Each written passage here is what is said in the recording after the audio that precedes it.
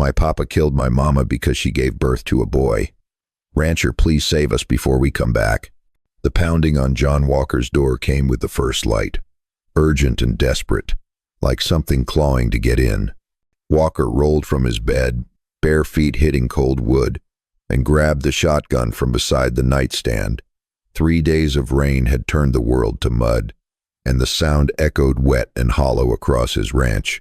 He pulled the door open to find a girl collapsed on his porch, maybe 15, dressed in torn and stained dark red clothes. In her arms a baby wrapped in what looked like a flour sack, both of them shaking. "Please," she gasped, looking up at him with wild eyes. "He killed her." Walker lowered the shotgun and crouched down. "Who killed who, girl?" "My papa killed my mama." The words tumbled out broken and fast. "Because she gave birth to a boy. Because I wasn't born a boy." Walker pulled her inside, shutting the door behind him. The girl stumbled to his kitchen table and sat hard, still clutching the baby. Blood smeared across the wooden surface where her hands touched. "What's your name?" Walker asked, setting the shotgun against the wall. "Mercy. Mercy Hayes." "This is Hope." She looked down at the baby. "My sister. Where's your daddy now?" "Gone to town. Drinking. Bragging." "Bragging about what?" Mercy's voice dropped to a whisper. "About cleaning house. About starting fresh." Walker moved to the stove and started coffee, keeping his hands busy while his mind raced. He'd heard the Hayes name before, whispered in the general store, spoken in the kind of hushed tones people use for bad news and worse men. "Tell me what happened," he said. 3 nights ago, Papa came home drunk, found my birth certificate in Mama's things, started screaming about another worthless daughter, about how he told her to give him sons. Mercy's voice caught. "He took the shovel handle from by the door. Where were you?" "Hiding. Always hiding when Papa gets like that. But this time was different. This time he wouldn't stop hitting her." The coffee began to bubble. Walker poured 2 cups, set one in front of Mercy. She wrapped her hands around it like it was the only warm thing left in the world. "Mama told me to run," Mercy continued. "Last thing she said before she stopped talking. So I took Hope and went to the root cellar. Been there 3 days." "How'd you know to come here?" "Mama used to talk about you. Said you were the only decent man in the county. Said if something happened, I should find John Walker's place." Walker felt something cold settle in his stomach. His late wife's photograph sat on the mantel behind Mercy, and as he watched, it tilted and fell face down with a soft thud. He'd set it straight that morning, same as every morning. "Why'd you leave the cellar now?" he asked. "Yesterday I snuck into town for food. Heard Papa at Murphy's Tavern telling anyone who'd listen how he cleaned house, how he was starting fresh." Mercy's hands shook as she lifted the coffee cup. "He was talking about getting rid of the evidence." "What evidence?" "Me and Hope," she said. Said daughters are just future problems. Said he should have taken care of it years ago." The photograph fell again, this time hitting the floor with a crack. Walker stared at it, remembering his wife's voice, her laugh, the way she'd hummed while cooking. She had died giving birth to their daughter, both of them lost in one terrible night. He'd often wondered if they'd been the lucky ones. "He's coming back tonight," Mercy said quietly. "How do you know?" "Because that's what Papa does. He makes sure the job's finished." She looked up at Walker. "He knows I saw what he did to Mama. He knows I can tell." Walker picked up the photograph, studied his wife's face in the cracked glass. "Tell what exactly?" "That Mama fought back this time. That she scratched his face real good. That he screamed about bloodlines and punishment and how women need to know their place." Mercy's voice grew steady, older, and that this wasn't the first time. "What do you mean?" "Found bones in the well behind our house. Old bones. Mama said Papa's first wife disappeared one winter. Said she ran off with a traveling preacher." Mercy met Walker's eyes. "Mama lied." The baby stirred in her arms, making small sounds. Walker watched Mercy adjust just the flour sack blanket, her movements careful and practiced despite her young age. "There's something else," Mercy said. "Papa was asking about you in town, about whether you lived alone, About whether you had any help. Walker felt the hair on his neck rise. What kind of questions?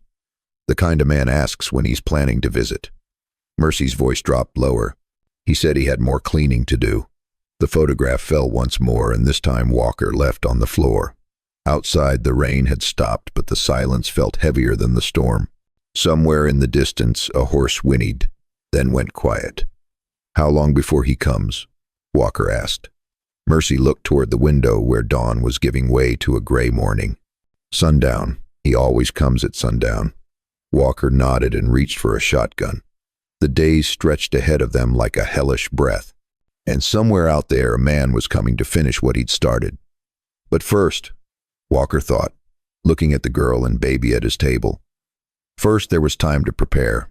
Walker cleaned his rifle at the kitchen table while Mercy sat in the corner chair feeding Hope with milk from a glass bottle. Neither spoke, but both listened for the sound of hoofbeats in the distance. The afternoon light grew thin through the windows. How old is she? Walker asked, nodding toward the baby. 3 months, born in winter.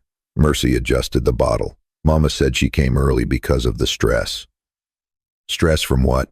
Papa throwing furniture, screaming about another mouth to feed. Mercy looked up. Another girl mouth. Walker ran the cleaning rod through the rifle barrel. My wife died giving birth. I'm sorry. Baby died too, a daughter. Walker's hand stilled on the weapon. Sometimes I wonder if they were lucky. Mercy studied his face. Lucky to not have to live in a world like this. Hope finished the bottle, and Mercy lifted her to her shoulder, patting her back gently. Mama always said the world wasn't a problem. Men like Papa were. Walker nodded and continued cleaning. Mercy stood and walked to the kitchen window, swaying slightly to keep Hope calm. Her free hand traced along the wooden wall beside the stove. There's something loose here, she said. Old house. Everything's loose. Mercy pressed against a board and it shifted. No, I mean really loose. She worked her fingers into the gap and pulled. The board came away, revealing a hollow space behind it. What is it? Walker asked. Mercy reached inside and pulled out a bundle of letters tied with string. These were hidden. Walker set down the rifle. Those belong to my wife. Can I read them? Go ahead. Mercy untied the string and unfolded the first letter. Dear Mama, she read aloud. I know you told me never to write about Papa, but I have to tell someone. He hurt me again last night. Said it was because I looked at him wrong. Mercy looked up. Your wife wrote this to her mother. Keep reading. He says I belong to him until some other man claims me. Says that's how it works. Says that's how it's always worked. Mercy turned to another letter. I dream about running sometimes. But you always said they never stop hunting. That there's nowhere far enough. Walker stood and moved to the window. She never told me about her father. Did you ever ask? No. Figured it wasn't my business. Everything's somebody's business when it comes to women getting hurt. A knock came at the door, sharp and sudden. Walker grabbed his rifle and motioned for Mercy to step back. Who is it? Ruth Jameson from the next farm over. Walker lowered the weapon and opened the door. An elderly woman with gray hair and sharp eyes stood on the porch carrying a basket. Brought you some bread, Ruth said, then stopped when she saw Mercy. Lord have mercy, you're a Hayes girl. How did you know? Mercy asked. You look just like your grandmother. Same eyes, same stubborn chin. Rolf stepped inside and set the basket on the table. Your grandmother ran to my house once. You know, years ago when your daddy was still a boy. Ran from what? Your grandfather. Mean as a rattlesnake and twice as deadly. Rolf looked at Walker. This girl's in trouble. Her father killed her mother, Walker said. Ruth's face hardened. Silas, you know him. Know of him. Know his type. Ruth sat down heavily. How? Clara. Shovel handle, Mercy said quietly. Same way his first wife went, and his daddy's second wife. Ruth counted on her fingers. That makes 7. Walker moved closer. 7. What? 7 dead wives and daughters in that family line going back 2 generations. Rolf looked at Mercy. Your grandmother was number 1. Tried to leave when your daddy was 5. Found her in the creek 3 days later. That's impossible, Mercy said. Is it? How many women you know just up and disappeared around here? Mercy's face went pale. Mrs. Henderson last spring. She was asking questions about leaving her husband. Ruth said, and Sarah Mitchell, same story. Walker felt something cold crawl up his spine. How many men are we talking about? 3 generations of Hayes men, and they got friends. Men who think the same way. Roth stood and moved to the window. They don't just kill their own wives. They kill any woman who tries to get away. Why hasn't anyone stopped them? Because they own half the county. Because the sheriff's afraid. Because people would rather look the other way than get involved. Mercy clutched Hope tighter. Mama said, Papa had friends in town. More than friends. Partners. Ruth's voice dropped. They call it cleaning house like it's a public service. Walker loaded shells into his rifle. How long has this been going on? 40 years, maybe more. And nobody's done anything. What can we do? Reported to Sheriff Morrison. He's Silas's cousin. Ruth shook her head. The law don't protect women out here. Never has. Hope began to cry softly. Mercy bounced her gently, making hushing sounds. So what happens now? Now we wait, Walker said. And then we see if decent people still exist in this world. Roth moved to the kitchen and began making coffee without being asked. I'll stay till this is finished. It's not your fight, Walker said. Every dead woman makes it my fight. Mercy walked to the window and peered out at the darkening sky. How many more are there? Women like me who need help. Too many to count, Rhys said. And how many men like you? Mercy looked at Walker. Men willing to fight. Walker chambered around. We're about to find out. In the distance, the sound of horses carried on the evening air. 3 riders, maybe 4, moving steady toward the ranch. Ruth poured coffee with shaking hands while Mercy held Hope close to her chest. That's them, Mercy whispered. Walker moved to the front window and looked out. How many? Papa never comes alone. Not for something like this. The hoofbeats grew louder, closer. Walker checked his rifle one more time and looked at the 2 women and baby depending on him. Somewhere out there in the growing dark, men were coming to finish what they'd started. But for the first time in 40 years, they wouldn't find just frightened women waiting for them. They'd find someone ready to fight back. The riders came at sunset, 4 men on horseback silhouetted against the orange sky. Silas Hayes rode in front, swaying in his saddle, a bottle in one hand and reins in the other. Walker stepped onto his porch and leveled his rifle. That's far enough, Walker called out. Silas pulled his horse to a stop 20 feet from the house. His face was scratched deep, 3 parallel lines from his left eye to his jaw. You got something belongs to me, Walker. Don't know what you're talking about. My daughters are my property. Silas took a long drink from a bottle. Heard they've been hiding here like scared rabbits. Walker kept the rifle trained on Silas's chest. Ain't nobody here but me. Don't lie to me. Silas threw the bottle into the dirt where it shattered. I can smell them. Fear has a scent, you know. Inside the house. Mercy pressed her face a window. Hope clutched tight against her chest. Ruth stood beside her, one hand on Mercy's shoulder. Daughters belong to their fathers.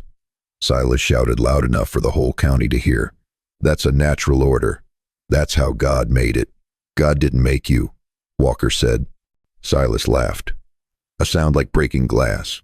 You think you can save them? You think hiding behind your gun makes you righteous?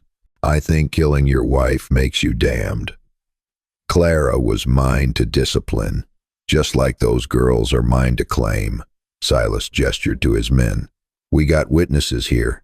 Legal right to reclaim stolen property. Walker's finger found the trigger. They ain't property. Everything with a womb belongs to somebody.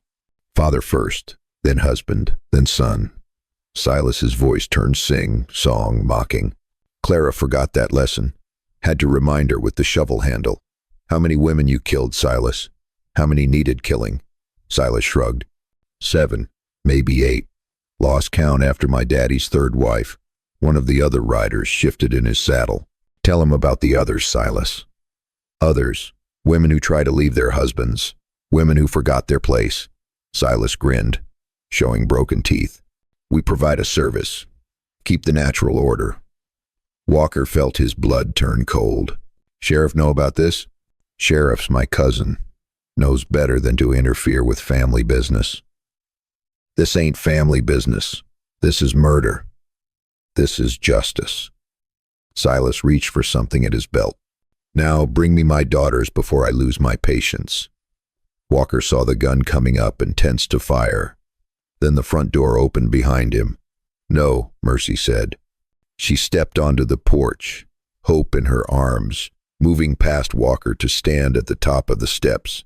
Silas's gun was already pointing at Walker, but his eyes fixed on his daughter. There's my girl, Silas said softly. Come to Daddy. I'm not your girl anymore. You'll always be my girl. Blood don't lie. Blood tells the truth, and the truth is you're a killer. Mercy took another step forward. You killed Mama. You killed your other wives. You killed women who just wanted to be free. Silas swung the gun toward her. You don't get to be free. Nobody gets to be free. I belong to myself, Mercy said simply. And so did Mama. You belong to me until I give you to another man. That's how it works. Not anymore. Silas cocked the hammer. Get in the house, girl. We're going home. There is no home. You burned it down when you killed her. I can kill you too. Right here, right now. Save myself the trouble later. Mercy looked down at Hope, then back at her father. Then do it. But you'll never stop running from what you are. What am I? A coward who kills women because he's afraid of them. Silas's face twisted with rage. His fingers started to squeeze the trigger. Walker's rifle boomed. The bullet took Silas in the chest, spinning him sideways off his horse. He hit the ground hard, the gun flying from his hand. The other riders cursed and reached for their weapons, but Ruth appeared in the doorway with Walker's shotgun. Anyone else want to discuss property rights? She asked. The three men looked at each other, then at Silas bleeding in the dirt, then at the shotgun pointed at their faces. Without a word, they turned their horses and rode away into the gathering darkness. Mercy walked down the steps and knelt beside her father. Blood foamed at the corners of his mouth as he tried to speak. No more daughters going to run from you, she whispered. No more wives going to die for being women. It's over. Silas's eyes went empty. His breath stopped. 3 months later, Mercy stood in Walker's kitchen, Hope on her hip, watching Ruth read from one of the old letters. The photograph of Walker's wife sat steady on the mantel, no longer falling. Your turn, Ruth said, handing Mercy a pen and paper. Mercy set Hope in her chair and began to write. Dear daughters who come after me, she started. We stayed. We fought. The running stops here. Outside, Walker repaired a fence that would keep their cattle safe. Inside, 2 women and a baby girl made a home where fear could no longer live. The cycle was broken. The ghost could rest.